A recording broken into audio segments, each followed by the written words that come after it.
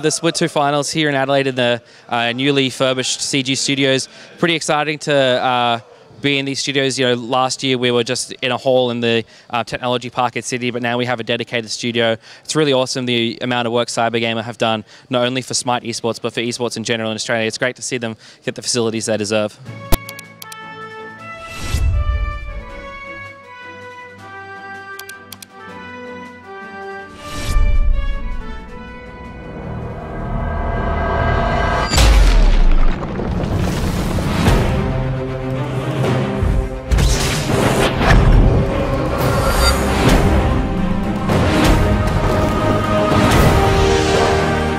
Smite is a third-person MOBA where basically teams will compete in a 5v5 battle arena with mythology gods based around Norse, Celtic, different pantheons of the sort.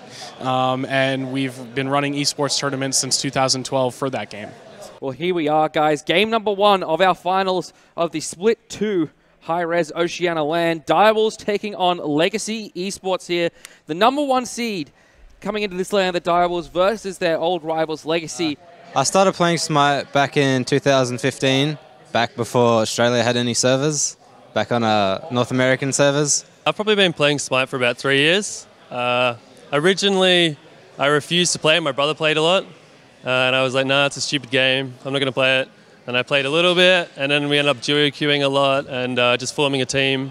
Then Australian servers came out, and then I got into the professional scene, the competitive scene for Australia, and been playing ever since then. The game of Smite itself, I love it so much because it combines so many of my favorite things. I played some League of Legends before, but I never really got into the MOBA genre, whereas Smite, it just all kind of made sense to me. And one of the biggest things that drew me in was the mythology aspect of it. All the characters in the game are based off of gods from mythology. You know, you've got Zeus, Thor, Poseidon, Hades, Odin, great characters like that. And the more obscure ones, you know, you've got like Chak from the Mayan pantheon, you've got Kali from the Hindu pantheon, Chinese gods as well, Japanese, now even the Celtic pantheon. And yeah, history has always been one of my kind of favorite things to explore. So it's just kind of a combination of a whole lot of similar interests for me into one game that just seems to be built simply for me, basically. Up in the sky goes Freemason. He's looking for a target. He finds Rowe. Hits him with a basic attack. Rowe just managed to get out, but Freemason with the spin to win. Gets the first blood for Legacy. Ochita up with the Valkyrie's Discretion. Looking for Divine, but Divine's too far away. Oh, Weave just misses there with the pluck, but Freemason hits the stun. Doesn't look like they can get much more on Ochita. Freemason teleporting in, actually. Richard Castle in the Draconic form. A good whoop there from Ochita will save the life of his support, but Legacy Esports get the first blood against the Direwolves. I'm originally an FPS player, and so the movement with the WASD keys and the sort of third-person view is a much better feel for a MOBA for me. I was a gamer, but I was never a serious gamer. Like, I played a lot of FIFA, played a lot of, you know, like Final Fantasy series was my favorite. Played a bit of CS, nothing super competitive, never a MOBA, but it's MOBAs are addictive. It's about, I don't know, it gets the competitive side out of you, and it's all about winning, really. Smite was the first MOBA I ever tried out, and ever since then has been addicted. I also play handball. I play beach handball for Australia, which is a fun little hobby on the side. Phoenix has spawned back on that left-hand side. Mingyu taking a lot of poke damage here through the wall from Divine, but that's going to mean it's going to be extra tough to defend this 5-minute wave on the left-hand side. Phoenix, Mingyu not able to finish off the left-hand side. Phoenix, Terrace Blessing is popped. Freemason up into the sky. Kikimiro dive in the back lane. Final Judgment comes out, but only lands on Richard Castle. Freemason, though, he lands on Rowan. He's plucked in. Beats and Aegis will be enough to save his life. Kikimiro diving in there, trying to find a kill. The Titan is under attack. Vulcan ultimate used there by Ochita. Not enough to pick up a kill just yet, but as we can see on your screen, the Direwolves do take down the Titan.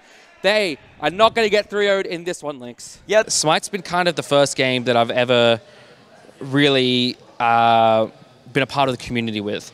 Before that, I've generally just played a lot of single-player games. So if it's been multiplayer, I haven't looked to reach out and expand further than just kind of playing by myself or playing with my brothers. I'm one of 4 kids, so... but yeah, Smite became kind of the first game that I really looked for to find people to connect with and to play the game with. And I reached out and found, you know, some people that were looking for other people to play with.